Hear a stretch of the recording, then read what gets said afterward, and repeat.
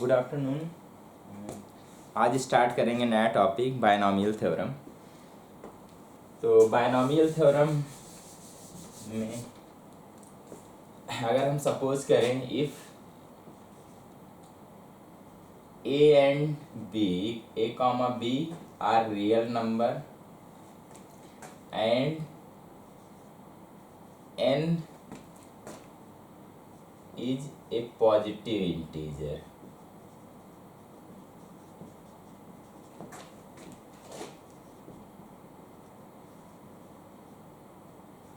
Then एक expression अगर हम ऐसे बनाएं a प्लस बी की पावर n, तो a प्लस बी यहाँ पे दो टर्म है, इसीलिए यहाँ पे जो पॉलिनॉमियल है इसको हम बाइनॉमियल कहेंगे। तो इसकी पावर n है तो इस पे जो भी एक्सपेंशन बन पाएगा, तो बाइनॉमियल यानी दो टर्म के सम पे हमारा जो पावर होगा, तो इस पर इसका एक्सपेंशन जो भी बनेगा देखेंगे।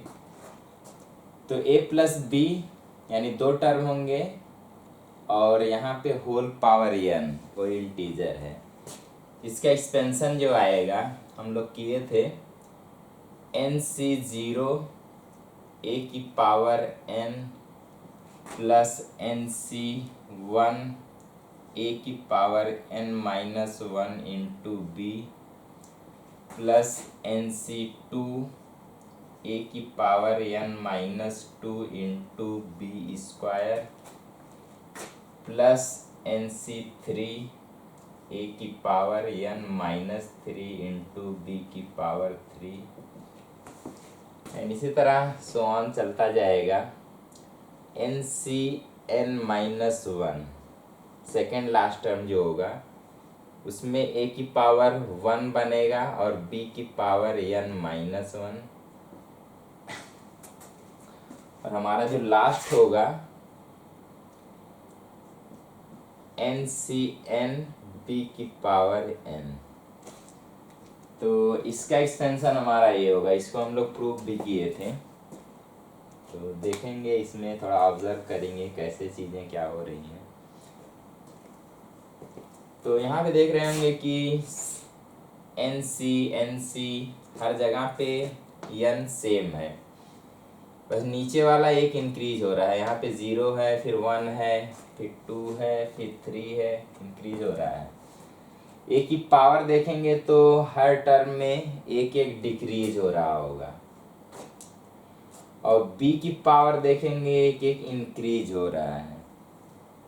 तो इसको हम समेशन फॉर्म में लिख सकते हैं ऐसे कुछ, समेशन, क्योंकि r 0 से अगर हम स्टार्ट करें तो स्टार्ट होके n तक गया है, तो r0 to n यहाँ पे बनेगा हमारा NCr।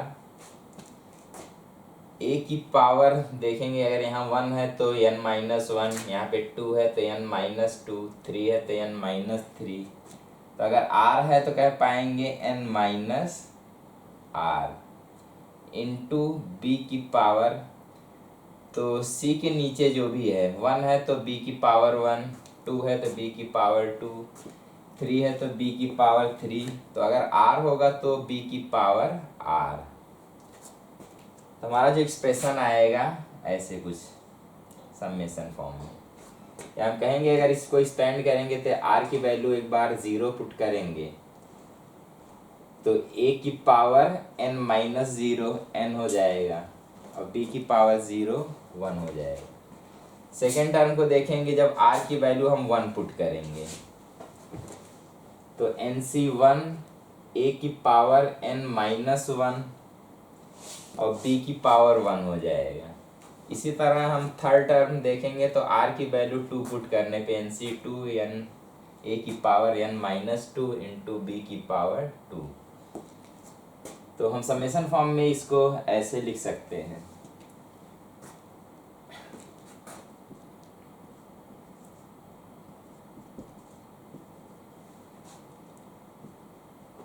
अब यहाँ पे देखा जाए तो कई सारे टर्म ऐड हुए हैं, यानी फर्स्ट टर्म अगर है, ये सेकेंड टर्म है, थर्ड टर्म है, तो यहाँ पे NCn तक गया है तो ये वाला हमारा n+1th टर्म बनेगा। तो कह पाएंगे यहाँ पे अगर हम टी आर या टी आर ऐसा कुछ रखना चाहें, क्योंकि आर की वैल्यू जब 0 पुट कर रहे हैं तो हमारा फर्स्ट टर्म आ रहा है, तो T1 आएगा जब r की वैल्यू 1 पुट करेंगे, तो ऐसा कुछ एक्सप्रेशन बनेगा r+1। जब 0 पुट करेंगे 1 आएगा, यानी एक्सप्रेशन बनेगा T1। जब 1 पुट करेंगे तो हमारा 3 2 पुट करेंगे तो T3, 3 पुट करेंगे T4, इसी तरह करते करते Tn+1। तो यहाँ पे हमारा जो एक्सप्रेशन इस तरह बनेगा, तो इसमें हमारे पास n+1 टर्म होंगे। तो मेन फीचर्स की अगर बात करें,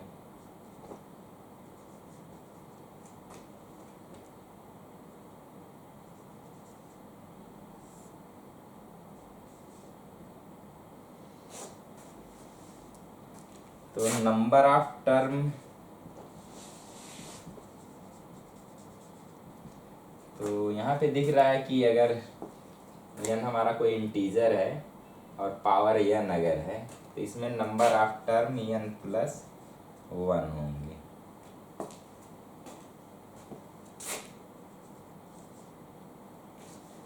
सेकेंड एक्सपेंशन में ऑब्जर्व किया जा सकता है कि अगर हम a की पावर और b की पावर को ऐड कर दें, तो यहाँ पे ऐड करेंगे तो आर आर कैंसिल हो जाएगा, तो n बनेगा।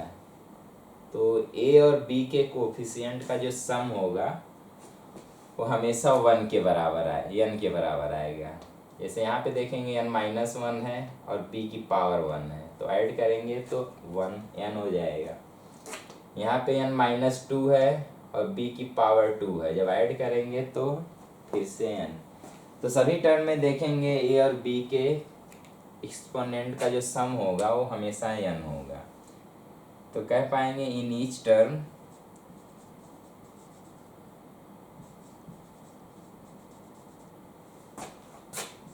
सम of exponents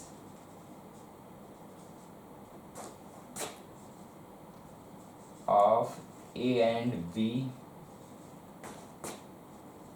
are always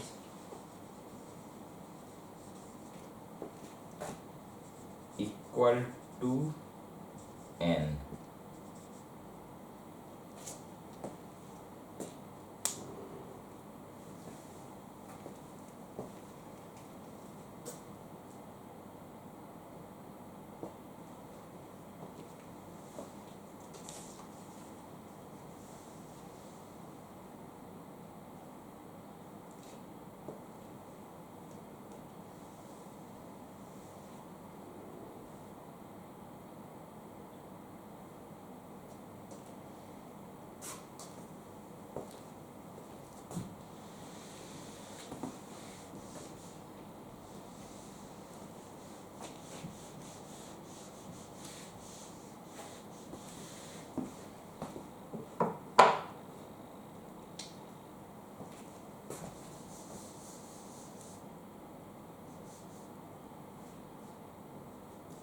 third point है, तो जो एक्सपेंशन था, तो जो भी बायनोमियल कोफिशिएंट आ रहे थे, यानी NC0, NC1, NC2 जो सब हैं, इनको बायनोमियल कोफिशिएंट्स कहते हैं। तो जो बायनोमियल कोफिशिएंट्स होंगे वो बिगनिंग से और एंड से इक्वी डिस्टेंस पे अगर हैं तो दोनों इक्वल होंगे। तो लिख सकते हैं the binomial coefficient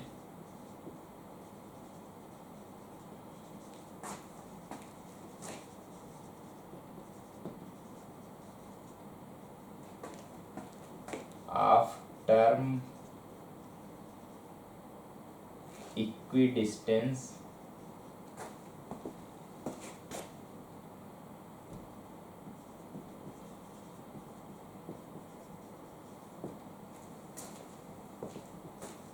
from beginning and end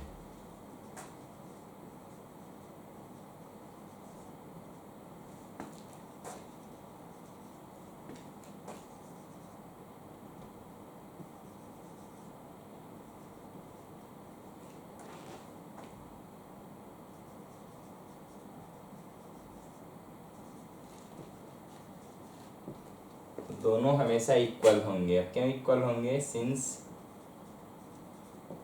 NCR जो होता है वो बराबर होगा NCR NCN-R के। तो जो बिगिनिंग से rth टर्म होगा वो इंड से हमारा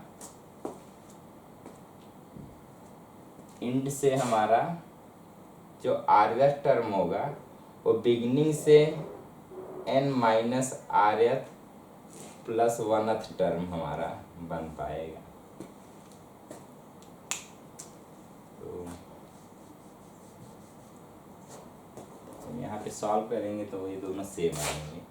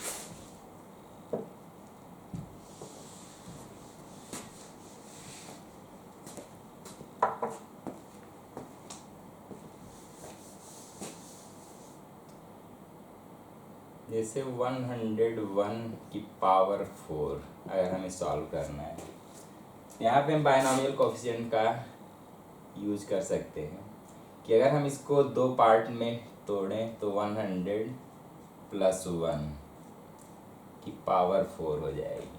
तो यहाँ पे दो टर्म है तो ये बायनॉमियल को थ्योरम यहाँ पे अप्लाई हो पाएगा। तो हमारा जो एक्सप्रेशन बनेगा 100C 0 100 की पावर 4 प्लस 100C 1 100 की पावर 3 इंटू 1 की पावर 1 प्लस 100C 2 100 की पावर 2 इंटू 1 की पावर 2 प्लस 100C 3 100 की पावर 1 एंड 1 की पावर 3 प्लस 100C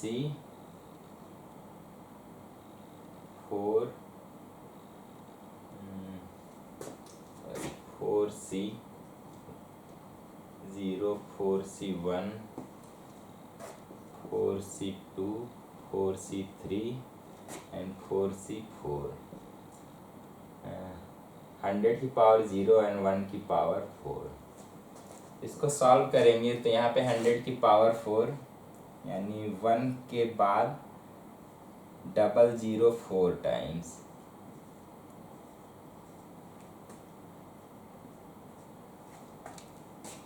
फोर सी 0 1 होगा। इसी तरह 4C 1 हमारा 4 होगा तो 4 इंटू 100 की पावर 3 तो 1 के आगे 6 0 प्लस 4C 2 तो factorial 4 divided by factorial 2 into factorial 2। तो जो सॉल्व करेंगे 6 बनेगा। तो 6 इंटू 100 की पावर 2 यानी 100 1 के आगे 4 0 प्लस 100C 4C 3 हमारा 1 होगा 4 होगा इंटू 100 और लास्ट हमारा ये हमारा 1 और ऐड होगा। तो यहाँ पे मल्टीप्लाई करेंगे तो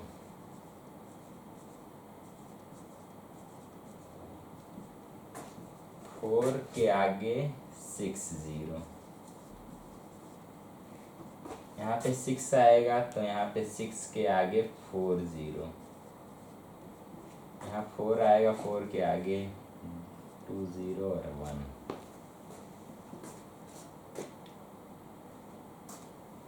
तो यहाँ से ऐड करेंगे 401, फिर यहाँ पे इसको रखेंगे 60,401 और यहाँ पे 60,000 को रखेंगे तो 40 लाख, यानी चलो यहाँ पे रखेंगे 60 और यहाँ पे हमारा आएगा 4, तो 104। फिर यहाँ पे जब 6,000 रखेंगे तो 6 यहाँ पे आएगा 06 और इसको जब ऐड करेंगे तो 0401, हमारा आंसर जो बनेगा।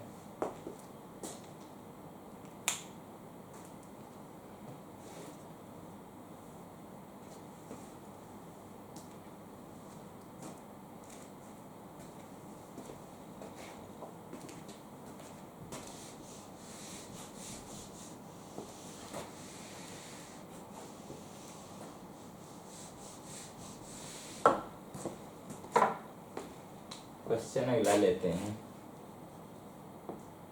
In the expansion of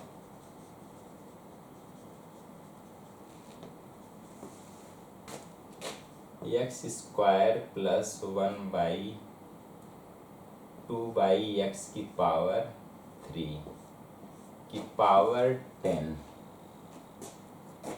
in the expansion of this find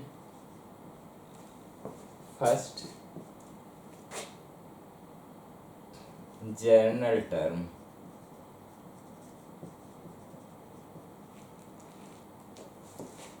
second fifth term,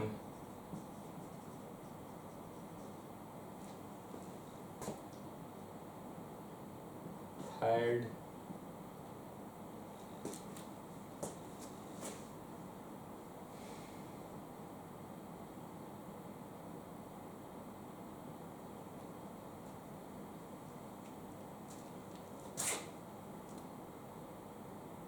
coefficient of x की पावर 3। तो करेंगे क्वेश्चन। तो इसकी एक्सप्लेनेशन में फर्स्ट हमें फाइंड करना है जनरल टर्म, उसके बाद फिफ्थ टर्म, उसके बाद कोफिशिएंट ऑफ x की पावर 3 एंड x की पावर 7 आल्सो।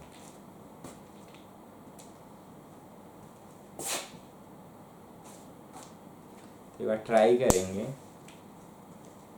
पहले जनरल टर्म फाइंड करेंगे, फिर फिफ्थ टर्म फाइंड करेंगे, उसके बाद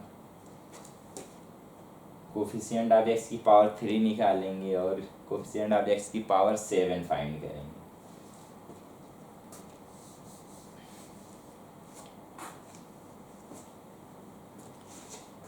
तो चलो सलूशन देखते हैं।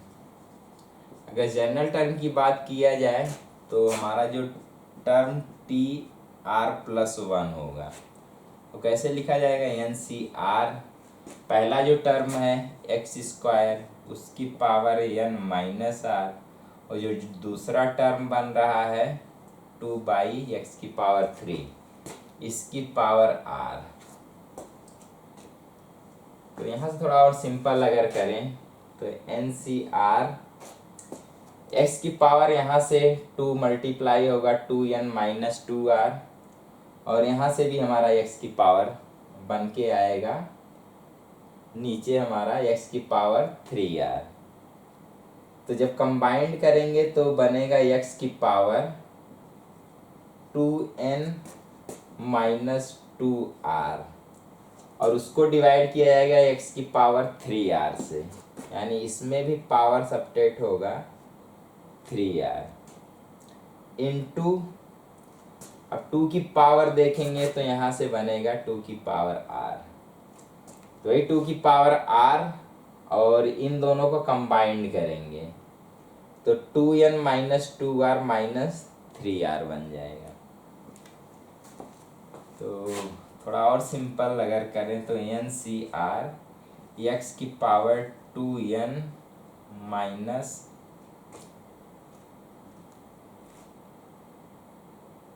5r into 2 r।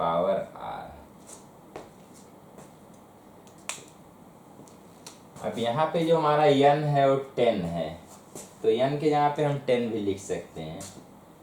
तो जो हमारा जनरल टर्म बनेगा इसके लिए जो जनरल टर्म बनेगा TR+1 वो बनेगा 10CR x की power 2 into 10 20 minus 5r into 2 r। तो ये हमारा जनरल टर्म होगा इस वाले एक्सप्रेशन के लिए।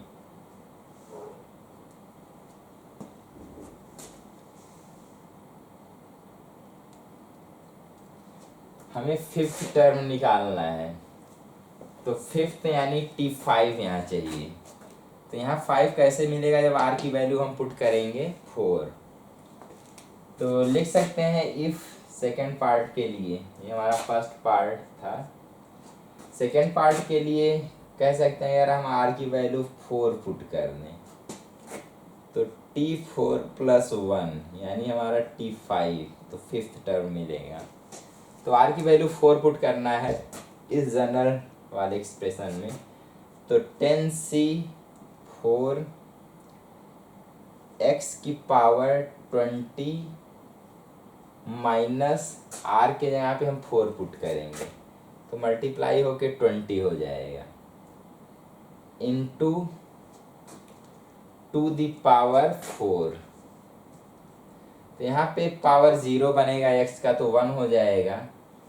तो जो हमारा एक्सप्रेशन फिफ्थ टर्म आएगा वो बनेगा 10C4 इंटू 2 4। तो ये कांस्टेंट टर्म होगा, इंडिपेंडेंट ऑफ x होगा। अगर पूछा जाता कि हमें वो टर्म फाइंड करना है जो इंडिपेंडेंट ऑफ x है, तो देखा जाता हमारा जो फिफ्थ टर्म है वही हमारा इंडिपेंडेंट ऑफ x बनेगा। या कहा जाता है इसके एक्सपेंशन में जो कांस्टेंट टर्म होगा वो क्या होगा, तो कांस्टेंट टर्म हम ऐसे निकालेंगे जो इंडिपेंडेंट ऑफ x हो। तो इंडिपेंडेंट ऑफ x बनाने के लिए हम यहाँ पे जो केस है इसको कहेंगे कि यहाँ पे जो पावर है x की 0 बने। तो 0 कब बनेगा, जब r की वैल्यू 4 होगी। तो यहाँ पे जो फिफ्थ पार्ट टर्म बन रहा है वो हमारा इंडिपेंडेंट ऑफ x होगा। क्वेश्चन में पूछता अगर कि इंडिपेंडेंट ऑफ x जो टर्म होगा वो क्या होगा या कौन सा टर्म होगा, तो हम आगे जब सॉल्व करते यहाँ पे पुट करते 0, तो यहाँ पे r की वैल्यू 4 आती। तो r की वैल्यू 4 आती तो यहाँ से हम कह पाते T5 जो होगा यानी फिफ्थ टर्म जो होगा हमारा इंडिपेंडेंट ऑफ x होगा।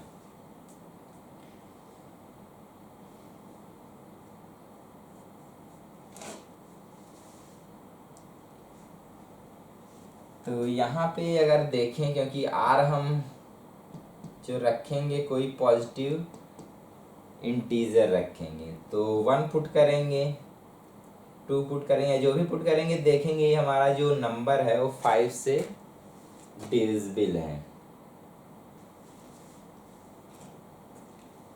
तो जो भी x का पावर होगा वो 5 से डिविजिबल होगा। तो अगर हम थर्ड क्वेश्चन की बात करें, थर्ड पार्ट की, तो क्योंकि यहाँ पे पावर 3 और 7 का कोफिशिएंट पूछा गया है, तो कभी भी पावर 3 या 7 नहीं बन पाएगा। यहाँ जनरल टर्म से लिख रहा है कि हम कुछ भी यहाँ पे अगर हम 3 पुट करें तो r की वैल्यू इंटीजर नहीं आएगी, या कोई भी r की वैल्यू हम जब इंटीजर पुट करेंगे तो ये हमारा कभी 3 नहीं बन पाएगा, क्योंकि ये 5, क्योंकि हमेशा ये 5 का एक मल्टीपल होगा। यहाँ पे दिख रहा है 5 का मल्टीपल है, तो r की हम कोई भी वैल्यू पुट करेंगे तो यहाँ पे 3 कभी नहीं आएगा और 7 भी कभी नहीं आएगा।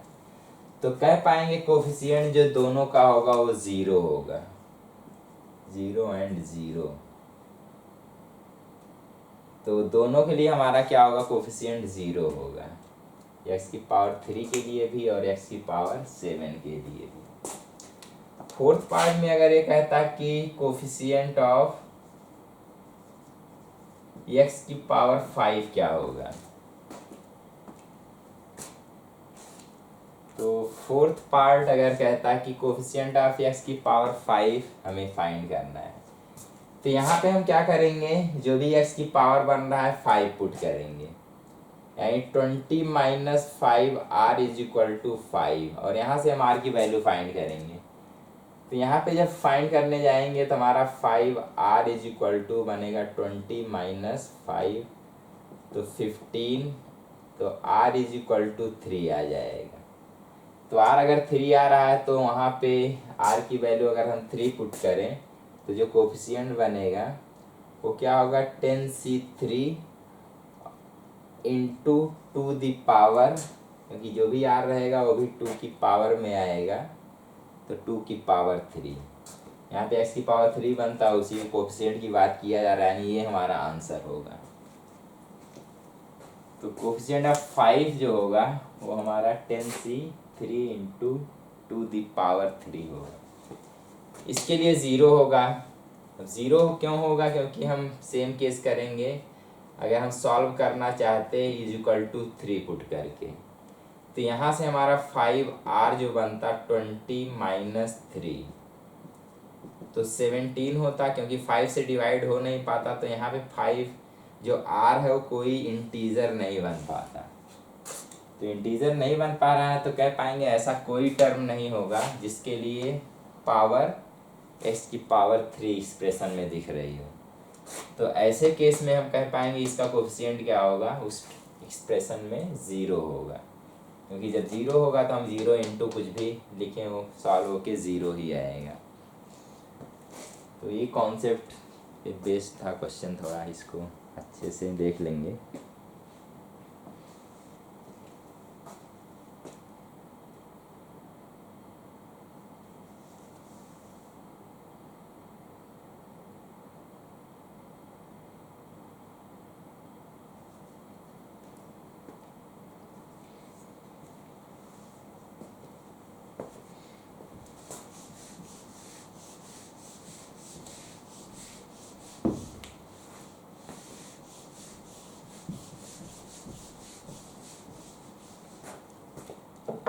नेक्स्ट क्वेश्चन देखते हैं। नेक्स्ट है find the number of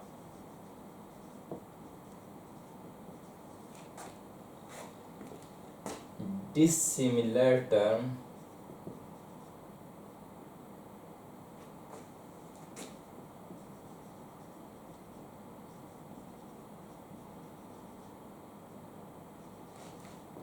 in the expansion of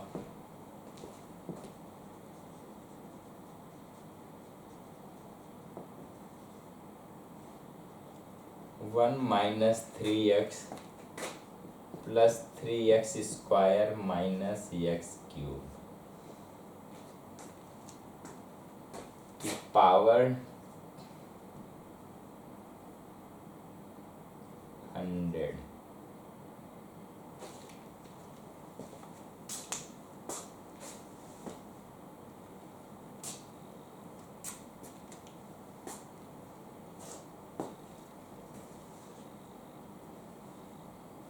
तो थोड़ा ट्रिकी क्वेश्चन है, अगर इस प्रश्न को देखेंगे तो कुछ अगर उससे रिलेट कर पाएंगे फार्मूला, अगर तो यहाँ पे वही रिलेट करना है क्या फार्मूला बन रहा है। तो अगर देखेंगे तो जो ब्रैकेट में है तो 1 माइनस एक्स की पावर 3 का फार्मूला है और होल पावर 100 है। तो यहाँ पे हम कह पाएंगे 1 माइनस एक्स की पावर 300 हो जाएगा। अब यहाँ से थोड़ा क्वेश्चन आसान बनेगा। तो यहाँ पे बायनॉमियल एक्सप्रेशन है, जहाँ पे एक हमारा कांस्टेंट टर्म 1 है और दूसरा हमारा x है, तो जो भी कॉम्बिनेशन बनेगा तो कह पाएंगे यहाँ पे जितने भी टर्म आएंगे सभी अनलाइक टर्म होंगे। तो कितने टर्म बन पाएंगे, तो बायनॉमियल जब इसका एक्सपेंशन किया जाएगा तो कह पाएंगे इसके एक्सपेंशन में नंबर ऑफ टर्म कितने होंगे, तो 300 + 1, तो 301 टर्म। तो जो आंसर होगा हमारा 301 टर्म। तो सिंपली देखा जाए तो कॉन्सेप्ट यहाँ पे था कि हम इसको बायनॉमियल के फॉर्म में इस तरह कन्वर्ट करेंगे, इसके बायनॉमियल थ्योरम यूज़ करेंगे, उसमें नंबर ऑफ टर्म का कॉन्सेप्ट देखेंगे।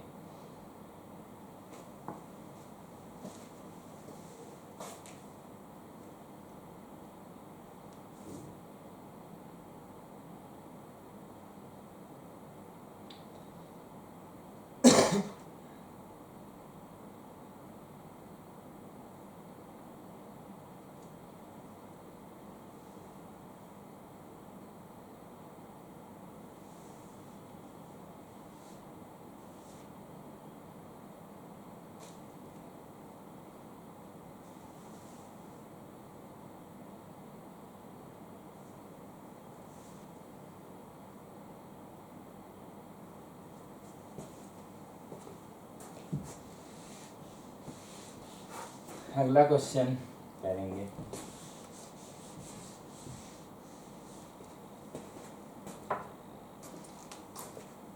Find the number of rational term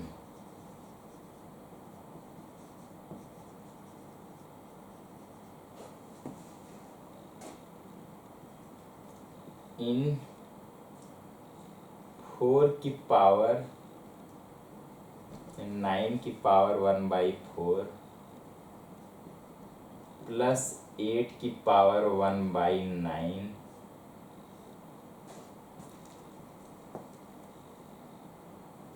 की होल पावर 100।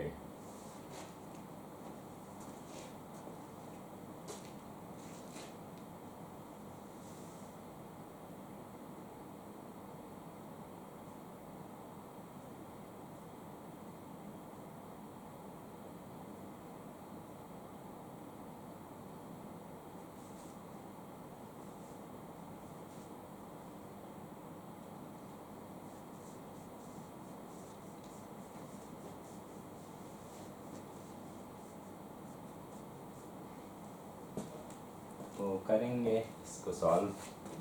सॉल्यूशन,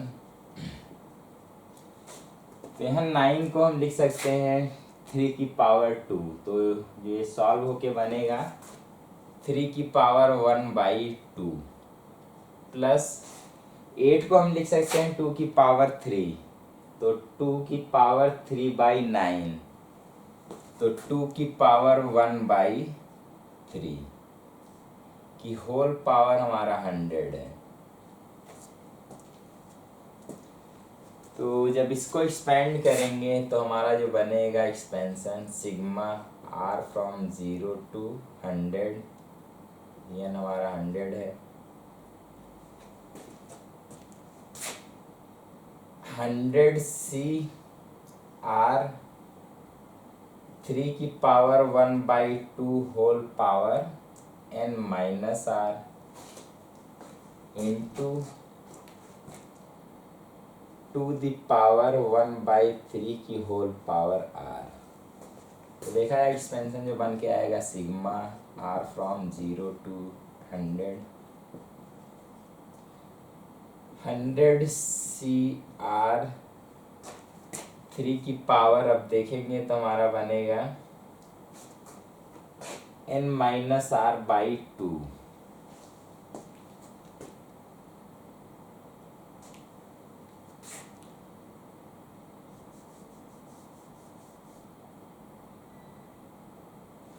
यहाँ पे हमारा 100 होगा, सॉरी।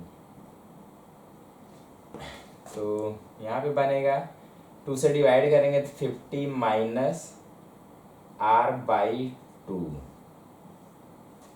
Into 2r/3। तो ऐसा एक्सप्रेशन हमारा आएगा इसके एक्सपेंशन में। तो यहाँ पे कह रहा है नंबर ऑफ रैशनल टर्म। अब रैशनल टर्म कब नहीं मिलेंगे, कब नहीं मिलेंगे, जब यहाँ पे हमारा कोई इंटीजर बन रहा हो और r के किसी वैल्यू के लिए भी हमारा इंटीजर बन रहा हो।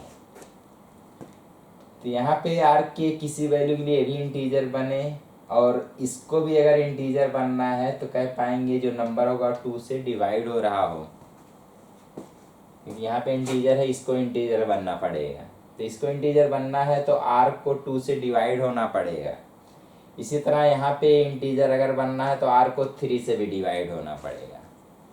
तो अगर r ऐसा हम चूज करते हैं जो 2 और 3 दोनों से डिवाइड हो रहा होगा, तो वहाँ पे जो टर्म होगा, तो यहाँ पे पावर जो बनेगा 3 की पावर वो फ्रैक्शन में नहीं इंटीजर बनेगी, और 2 की पावर क्या होगी, इंटीजर होगी। क्योंकि जब भी फ्रैक्शन में हमारी पावर होगी तो इरेशनल नंबर बनेगा। जैसे 3 की पावर 1/2 ये हमारा इरेशनल होगा। इसी तरह 3 की पावर 1/3 ये भी हमारा इरेशनल नंबर होगा। या 2 की पावर 1/3 हमारा ये भी क्या होगा, इरेशनल नंबर होगा। तो जब भी पावर एक हमारा फ्रैक्शन टाइप बनेगा, इंटीजर के अलावा कुछ आएगा, तो ये हमारा क्या होगा, इरेशनल होगा। क्योंकि हमें रैशनल टर्म को काउंट करना है तो हम कह पाएंगे जहाँ पे ये हमारा इंटीजर हो और ये हमारा इंटीजर होगा, वहाँ पे हमारे केस में क्या होगा कि ये क्या होगा, एक रैशनल नंबर बन पाएगा। तो कितने रैशनल नंबर होंगे उसको हम थोड़ा सॉल्व करेंगे। तो जहाँ जहाँ पे कह पाएंगे ये हमारा इंटीजर बन पाए, ये इंटीजर बन पाए, यानी r की वैल्यू कह पाएंगे कि 3 से भी डिवाइड हो रही होगी और 2 से भी डिवाइड हो रही होगी, यानी r की वैल्यू क्या होगी, 6 से डिवाइड हो रही होगी। तो ऐसे कहते हैं कि अगर r की वैल्यू हम पुट करें 0, जब 0 पुट करेंगे 3 की पावर 50 और यहाँ पे हमारा क्या बनेगा 2 की पावर 0, तो ये भी हमारा रैशनल होगा। यहाँ पे सॉल्व करेंगे ये तो रैशनल आएगा ही, इंटीजर आएगा ही, तो रैशनल होगा। तो कह पाएंगे r इक्वल टू 0 के लिए हमारा इरेशनल नंबर आएगा। इसी तरह r इक्वल टू 6 के लिए यहाँ पे 6/3 2 की पावर 2 हो जाएगा, और यहाँ पे जब हम पुट करेंगे तो 6/2 3 बनेगा, तो 50 - 3 तो 47, तो 3 की पावर 47 आ रहा है, तो एक पावर जो है इंटीजर है, तो कह पाएंगे रैशनल नंबर होगा। और यहाँ पे हमारा 100C6 भी रैशनल होगा, इंटीजर होगा, तो कह पाएंगे रैशनल पूरा हमारा बन रहा होगा। तो 6 के लिए भी रैशनल बनेगा, इसी तरह 12 के लिए भी रैशनल बनेगा। आगे चलता जाएगा कहाँ तक, 100 तक। अगर हम 100 पुट करेंगे तो ये 50 - 50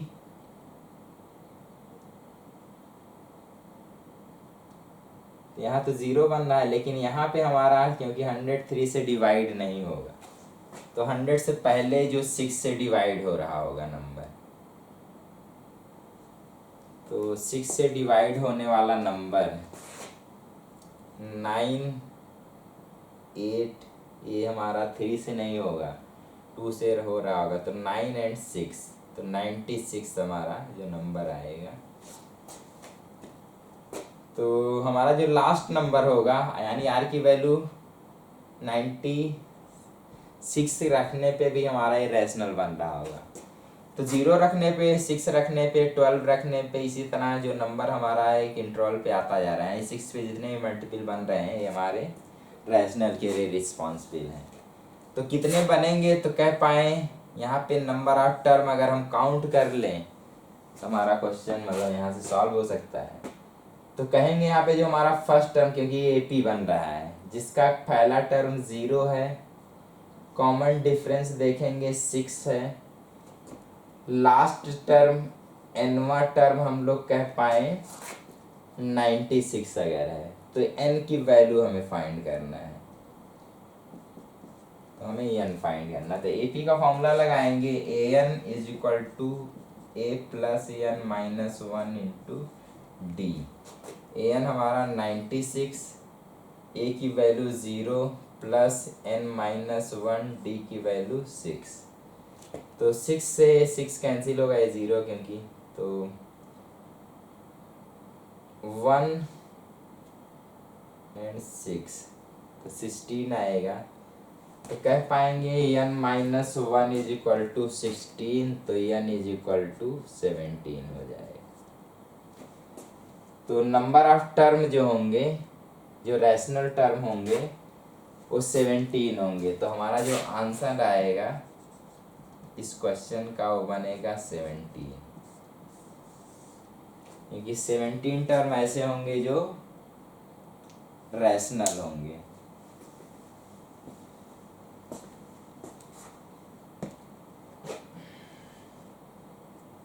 क्वेश्चन में ऐसे ही पूछा जा सकता था कि इसके एक्सपेंशन में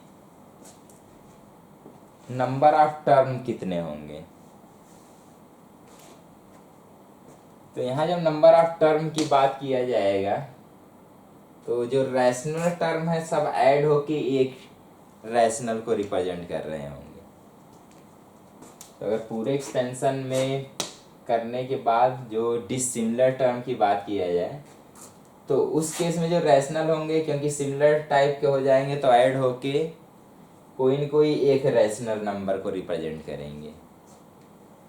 तो यहाँ पे अगर कहा जाता है नंबर ऑफ इरेशनल टर्म, तब हम क्या करते हैं, वही टोटल, क्योंकि यहाँ पे 100 है तो 101 टर्म हो रहा है, तो उसमें से रैशनल वाले सब्ट्रैक्ट कर लेते तो हमारे इरेशनल मिल जाते।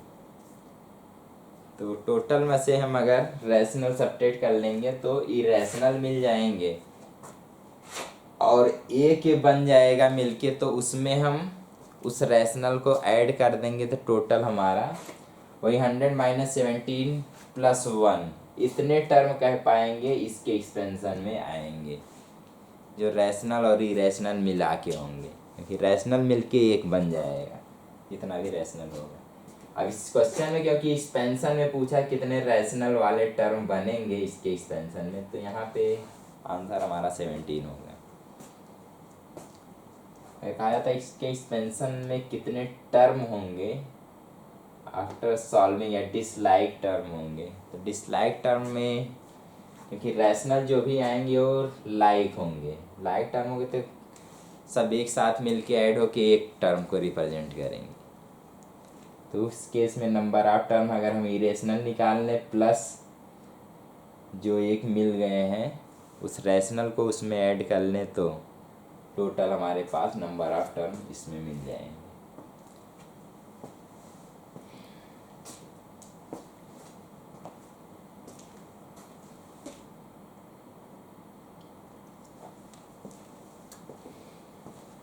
तो आगे करते हैं कॉन्सेप्ट।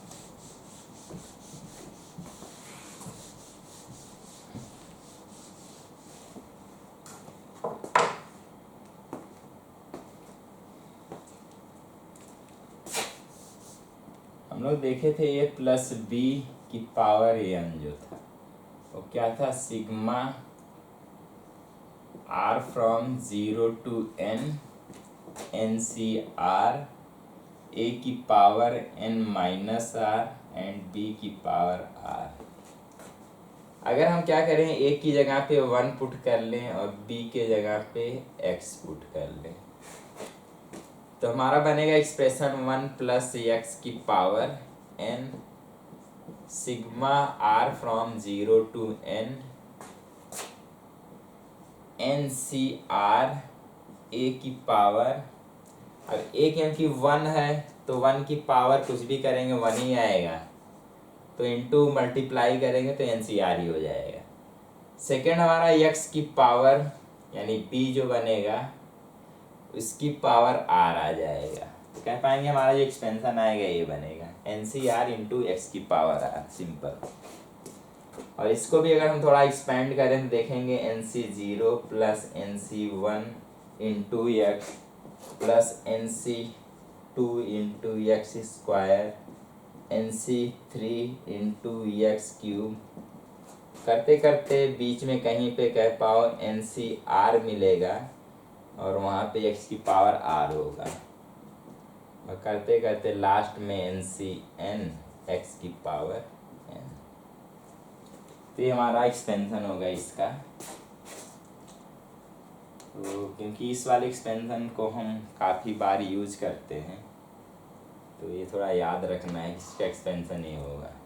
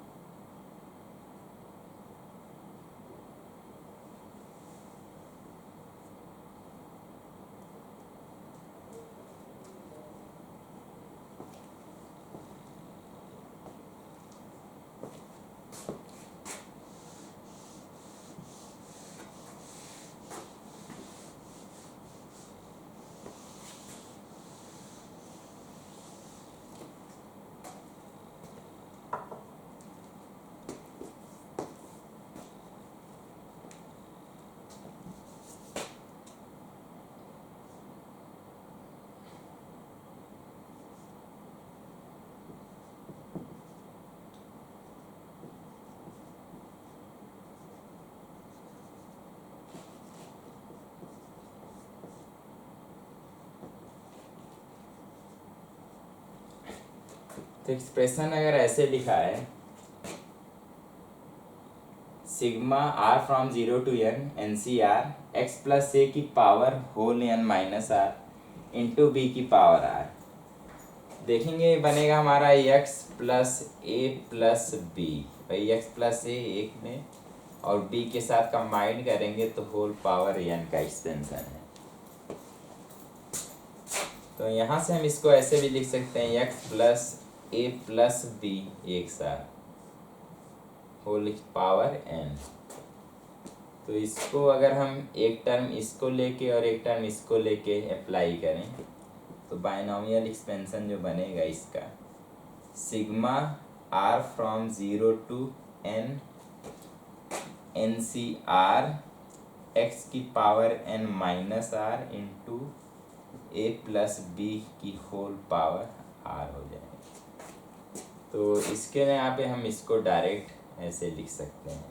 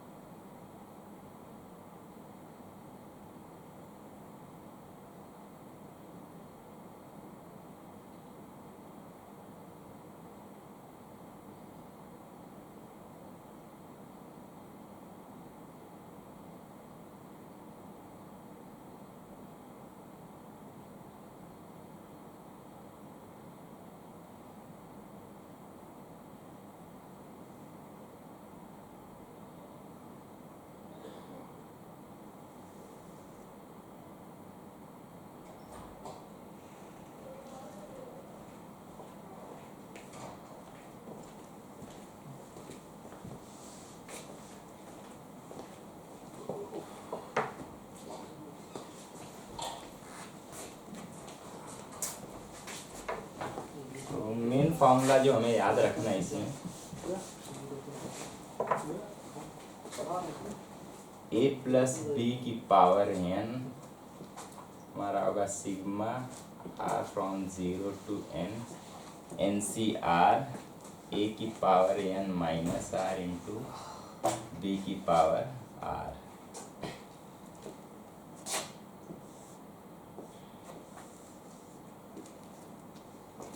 तो आज इतना ही, आगे डिस्कस करेंगे इसके कोफिशिएंट के बारे में। तो आज का क्लास यहीं क्लोज करते हैं। Okay, thank you.